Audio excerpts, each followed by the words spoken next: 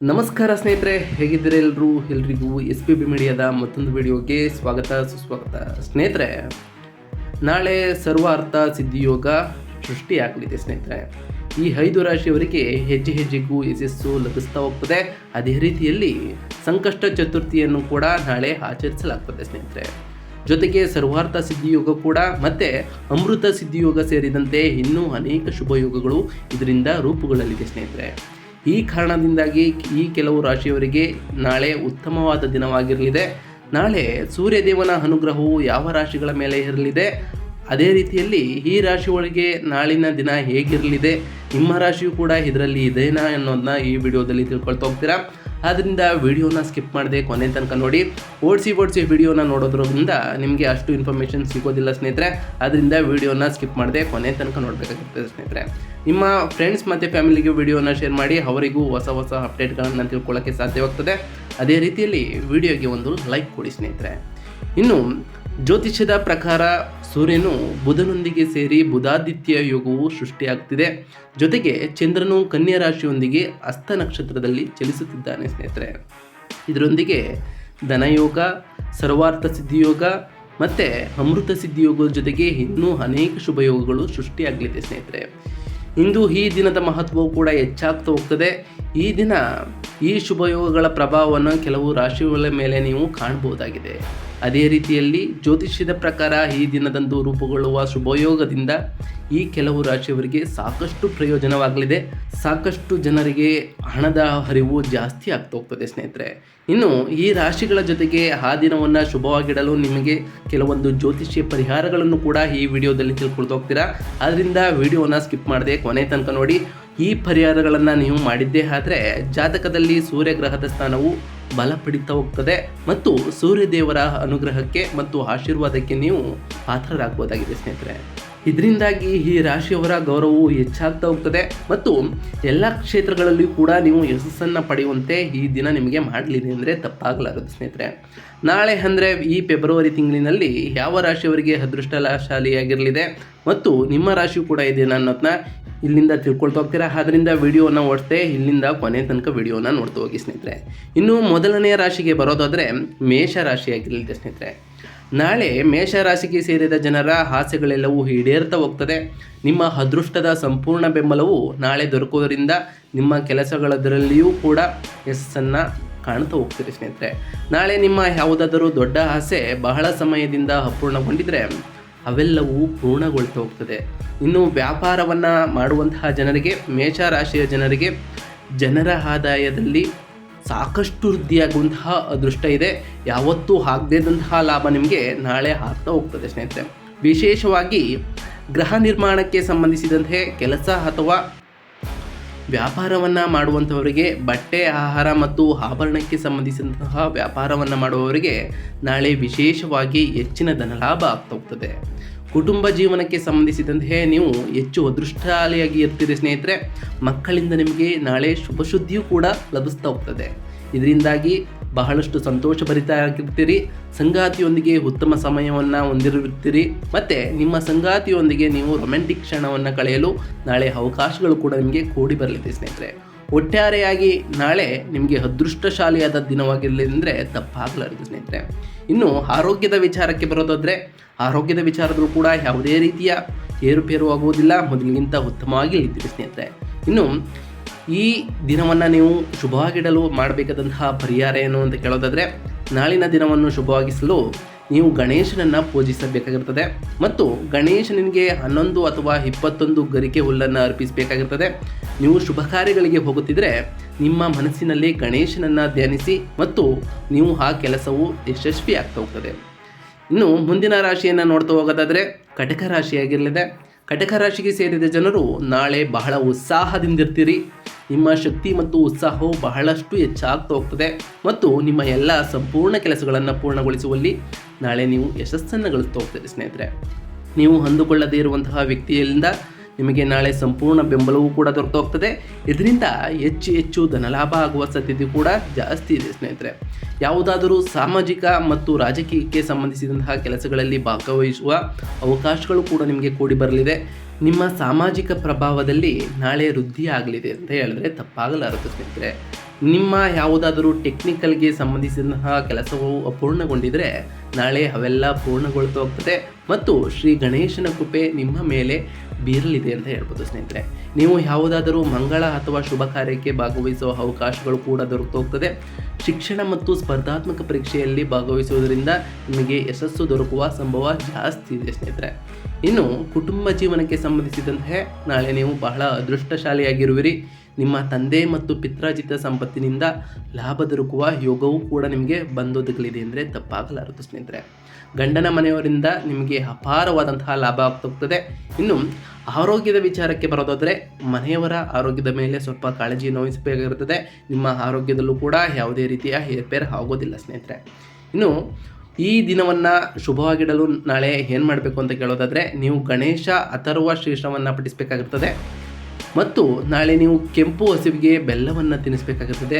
ನೀವು ಉತ್ತಮ ಉದ್ದೇಶಕ್ಕಾಗಿ ಪ್ರಯಾಣಿಸುತ್ತಿದ್ದರೆ ನೀವು ಹೋಗುವ ಮೊದಲು ಸೋಂಪುವನ್ನು ತಿಂದು ಹೋಗೋದ್ರಿಂದ ನಾಳೆ ನಿಮಗೆ ಶುಭವಾದ ದಿನವಾಗಿರಲಿದೆ ಸ್ನೇಹಿತರೆ. ಇನ್ನು ಮುಂದಿನ ರಾಶಿಯನ್ನು ನೋಡ್ತಾ ಹೋಗೋದಾದರೆ ಸಿಂಹ ರಾಶಿಯಾಗಿರಲಿದೆ ಸ್ನೇಹಿತರೆ. ಸಿಂಹ ರಾಶಿಗೆ ಸೇರಿದ ಜನರಿಗೆ ನಾಳೆ ಗಣೇಶನ ಕೃಪೆಯಿಂದ ಬಹಳ ಭಾಗ್ಯಶಾಲಿಗಳಾಗಿರುವಿರಿ. ನಾಳೆ ನಿಮಗೆ ದೊಡ್ಡ ಮತ್ತು ಮಹತ್ವಪೂರ್ಣವಾದ ಯಶಸ್ಸು ದೊರಕ್ತಾ ಹೋಗ್ತದೆ ಸ್ನೇಹಿತರೆ. ಮನೆಯವರ ಸದಸ್ಯರ ಸಂಪೂರ್ಣ ಬೆಂಬಲವೂ ಕೂಡ ನಿಮಗೆ ದೊರಕ್ತಾ ಹೋಗ್ತದೆ. ನಿಮ್ಮ ಯಾವುದಾದರೂ ಆಸೆ ಅಥವಾ ಕನಸು ಅಪೂರ್ಣಗೊಂಡಿದ್ದರೆ ನಾಳೆ ಅದೆಲ್ಲವೂ ಪೂರ್ಣಗೊಳ್ತಾ ಹೋಗ್ತದೆ ಸ್ನೇಹಿತರೆ. ಇದರಿಂದ ನಿಮಗೆ ಯೋಗವೂ ಕೂಡ ಬಂದೊಡಗಲಿದೆ. ಅದೇ ರೀತಿಯಲ್ಲಿ ನಿಮ್ಮ ಧನಲಾಭವೂ ಕೂಡ ಹೆಚ್ಚಾಗ್ತಾ ಹೋಗ್ತದೆ ಸ್ನೇಹಿತರೆ. ಈ ರಾಶಿಗೆ ಸೇರಿದಂತಹ ಜನರಿಗೆ ಅವಿವಾಹಿತರಿಗೆ ವಿವಾಹ ಯೋಗವು ಕೂಡ ಬಂದೊದಗಲಿದೆ. ಕಂಕಣ ಭಾಗ್ಯ ನಿಮಗೆ ಕೂಡಿ ಬರಲಿದೆ ಅಂದರೆ ತಪ್ಪಾಗಲಾರದು ಸ್ನೇಹಿತರೆ. ಇದರಿಂದಾಗಿ ಮನೆಯಲ್ಲಿ ಸಂತೋಷದ ವಾತಾವರಣ ಕೂಡ ಜಾಸ್ತಿ ಇರಲಿದೆ. ವ್ಯಾಪಾರವನ್ನು ಮಾಡುವಂತಹ ಸಿಂಹರಾಶಿಗೆ ಸೇರಿದ ಜನರಿಗೆ ನಾಳೆ ಗಣೇಶನ ಕೃಪೆಯಿಂದ ಹೆಚ್ಚಿನ ಧನಲಾಭವಾಗ್ತಾ ಹೋಗ್ತದೆ. ಸಾಮಾಜಿಕ ಮತ್ತು ರಾಜಕೀಯ ಕ್ಷೇತ್ರಕ್ಕೆ ಸಂಬಂಧಿಸಿದಂತೆ ನಾಳೆ ನೀವು ಲಾಭ, ಗೌರವ ಮತ್ತು ಖ್ಯಾತಿಯನ್ನು ನಾಳೆ ಪಡೀತಾ ಹೋಗ್ತೀರಿ ಸ್ನೇಹಿತರೆ. ಯಾವುದಾದರೂ ಪುಣ್ಯ ಕೆಲಸದಲ್ಲಿ ಭಾಗವಹಿಸುವಂತಹ ಸೌಭಾಗ್ಯ ನಾಳೆ ನಿಮಗೆ ದೊರಕ್ತೋಗ್ತದೆ. ಆದಷ್ಟು ಬೇಗ ನಿಮಗೆ ಮಕ್ಕಳ ಕಡೆಯಿಂದ ಶಿಕ್ಷಣಕ್ಕೆ ಸಂಬಂಧಿಸಿದಂತಹ ಸಮಸ್ಯೆಗಳು ಪರಿಹಾರವನ್ನು ಹೊಂದುತ್ತೀರಿ. ನೀವು ಹೊಸ ವಾಹನವನ್ನು ಅಥವಾ ಆಸ್ತಿಯನ್ನು ಖರೀದಿಸಬೇಕೆಂದುಕೊಂಡಿದ್ದರೆ ನಾಳೆ ನಿಮಗೆ ಅದನ್ನು ಖರೀದಿಸಲು ಶುಭ ದಿನವಾಗಿರಲಿದೆ ಸ್ನೇಹಿತರೆ. ನಿಮ್ಮ ಬೌದ್ಧಿಕ ಸುಖ ಮತ್ತು ಸಮೃದ್ಧಿ ಹೆಚ್ಚಾಗ್ತಾ ಹೋಗ್ತದೆ.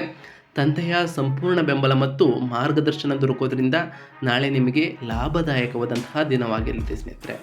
ನೀವು ಯಾವುದಾದರೂ ಮಹತ್ವಪೂರ್ಣವಾದಂತಹ ನಿರ್ಧಾರವನ್ನು ತೆಗೆದುಕೊಳ್ಳುವುದರಲ್ಲಿ ತಂದೆಯ ಸಲಹೆಯನ್ನು ಪಡೆಯುವುದರಿಂದ ನಿಮಗೆ ಅತ್ಯಂತ ಧನಲಾಭ ಆಗುವ ಚಾನ್ಸಸ್ ಕೂಡ ಇದೆ. ಆದ್ದರಿಂದ ಆದಷ್ಟು ತಂದೆಯ ಸಲಹೆಯನ್ನು ಪಡೆದು ಆ ಕೆಲಸಕ್ಕೆ ಕೈ ಹಾಕಿ ಸ್ನೇಹಿತರೆ. ಇನ್ನು ನಾಳಿನ ದಿನವನ್ನು ಶುಭವಾಗಿಡಲು ನೀವು ಮಾಡಬೇಕಾದಂತಹ ಕಾರ್ಯ ಏನು ಅಂತ ಕೇಳೋದಾದರೆ ನೀವು ಸೂರ್ಯ ದೇವರನ್ನು ಪೂಜಿಸಬೇಕಾಗಿರ್ತದೆ ಸ್ನೇಹಿತರೆ. ಸೂರ್ಯ ದೇವರಿಗೆ ಬೆಲ್ಲ ಬೆರೆಸಿದ ನೀರನ್ನು ನೈವೇದ್ಯವಾಗಿ ಅರ್ಪಿಸಬೇಕಾಗ್ತದೆ. ಮತ್ತು ನೀವು ಒಳ್ಳೆಯ ಉದ್ದೇಶಕ್ಕಾಗಿ ಹೊರ ಹೋಗುತ್ತಿದ್ದರೆ ಅಥವಾ ಪ್ರಯಾಣಿಸುತ್ತಿದ್ದರೆ ನಿಮ್ಮ ತಂದೆಯಿಂದ ಆಶೀರ್ವಾದವನ್ನು ಪಡೆಯೋದ್ರಿಂದ ನಿಮಗೆ ಆ ದಿನ ಶುಭವಾಗಿರಲಿದೆ ಸ್ನೇಹಿತರೆ. ಇನ್ನು ಮುಂದಿನ ರಾಶಿಯನ್ನು ನೋಡ್ತಾ ಹೋಗೋದಾದರೆ ಮುಂದಿನ ರಾಶಿ ತುಲಾ ರಾಶಿಯಾಗಿರಲಿದೆ ಸ್ನೇಹಿತರೆ. ತುಲಾ ರಾಶಿಗೆ ಸೇರಿದ ಜನರಿಗೆ ನಾಳೆ ಮಹತ್ವಪೂರ್ಣವಾದಂತಹ ದಿನವಾಗಿರಲಿದೆ. ನಾಳೆ ನಿಮ್ಮ ಅಪೂರ್ಣ ಕೆಲಸಗಳೆಲ್ಲವೂ ಕೂಡ ಪೂರ್ಣಗೊಳ್ತಾ ಹೋಗ್ತದೆ. ನಿಮ್ಮ ಕೋರ್ಟ್ ಕಚೇರಿಯಲ್ಲಿ ಇರುವಂತಹ ಯಾವುದೇ ಕೆಲಸವೂ ಕೂಡ ಪೂರ್ಣಗೊಳ್ತಾ ಹೋಗ್ತದೆ. ನಿಮ್ಮ ಕೆಲಸಗಳಲ್ಲಿ ನಿಮ್ಮ ಸಂಗಾತಿ ಮತ್ತು ಮನೆಯವರ ಸದಸ್ಯರ ಸಂಪೂರ್ಣ ಬೆಂಬಲ ನಿಮಗೆ ದೊರಕ್ತಾ ಹೋಗ್ತದೆ. ಇದರಿಂದಾಗಿ ನೀವು ಬಹಳ ಸಂತೋಷದಿಂದಿರ್ತೀರಿ. ನಾಳೆ ನಿಮಗೆ ಸಾಕಷ್ಟು ಧನಲಾಭ ಆಗ್ತಾ ಹೋಗ್ತದೆ. ನೀವು ಯಾವುದಾದರೂ ವಸ್ತುವನ್ನು ಬಹಳ ಸಮಯದಿಂದ ಪಡೆಯಬೇಕೆಂದುಕೊಂಡಿದ್ರೆ, ಈ ವಸ್ತುವನ್ನು ನೀವು ತೆಗೆದುಕೊಳ್ಬೇಕು ಅಂತ ಅಂದ್ಕೊಂಡಿದ್ರೆ ನಾಳೆ ನಿಮಗೆ ಆ ವಸ್ತು ದೊರಕುವ ಸಂಭವ ಜಾಸ್ತಿ ಇದೆ ಸ್ನೇಹಿತರೆ.